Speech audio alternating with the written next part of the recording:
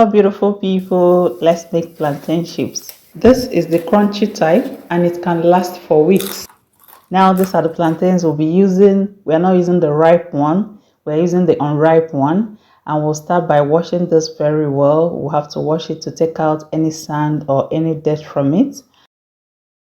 And we're going to now cut it off from the stump. We'll set them all aside to dry completely. We'll allow them to dry before we start working with it. And here they are all dried. In this plate I have oil, groundnut oil. What this helps is that when you're peeling the plantain, your hands will not turn black, because when you peel unripe plantain, it's going to make your hands black. Now we'll cut the both ends of the plantain and gently we are going to bring the plantain out. You're going to gently navigate through this. This can be hard sometimes, but the oil will help you to slide it out quickly. And here I've peeled all of them. My hands is not that dark, but just a little bit dark. And I wash my hands with iron sponge and soapy water, and all that will be gone. These are the cutters we'll be using for this plantain chips.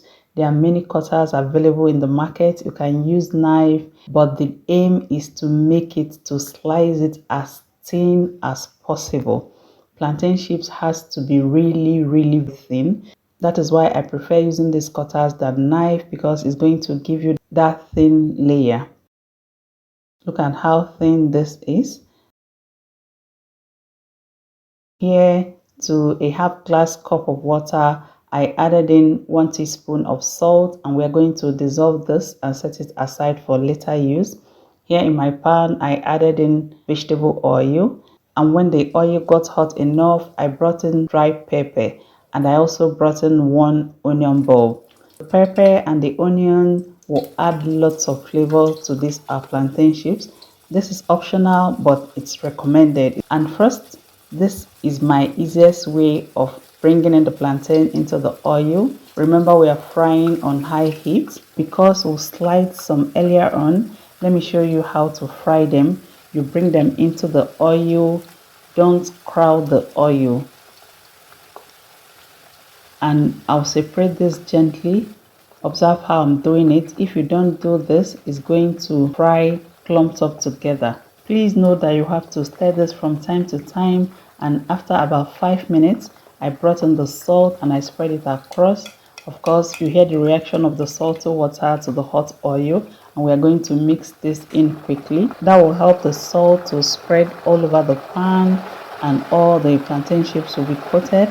So I didn't add salt initially when I sliced them. I have to add the salt right inside the pan. And after about 7 to 10 minutes, this is what it looks like. Remember that unripe plantain will not brown. It's ripe plantain that usually brown. If unripe plantain browns, that means it's burnt or almost burnt. I have my ready serviette paper to drain out some of the oil, and we're going to take it off from the heat. Now this is my best method of frying plantain chips. I'm going to slice this directly into the oil. With this method, is frying immediately is getting into the oil. This gives me crispier plantain chips, and when you get to the end, please be very careful because this is very sharp.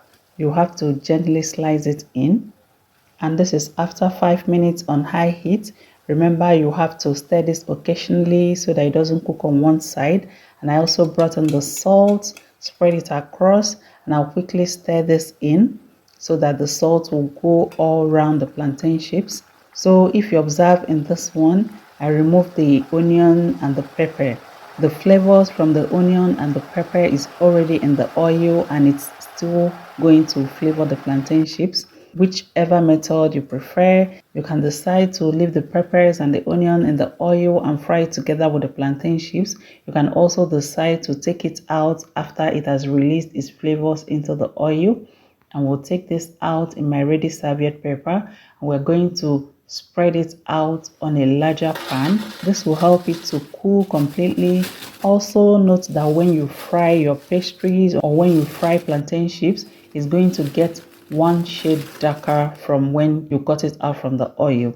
This is me adding yaji. This is totally optional. Yaji is that suya spice. It takes this to the next level. I'm sieving it in because I do not want the pepper granules in the plantain chips, and the plantain chips is still very hot at this time. We're going to mix all this in together so that the suya spice will go around the plantain chips. So you can do this for your family or as a side hustle. Before you bottle this, you make sure that it's completely cooled, because if it's not cooled and you bottle it or you package it, it's going to get mushy. If you're selling this, this is the time to weigh each bottle so that you know the exact measurement to fill for each bottle or for each plate, so that you see your gain at the end of the day. Now hear how crunchy this is. And I took a bite and you can hear its crunchiness, and it's absolutely delicious also. And here I have them all packed. You're going to store this in an airtight container, because when air gets into it, it's going to get mushy and it will not be as crispy as before. I hope you learned a thing or more from this video. Remember, at Glory Homemaker, we give you value for your time. Thank you for watching and see you in my next video.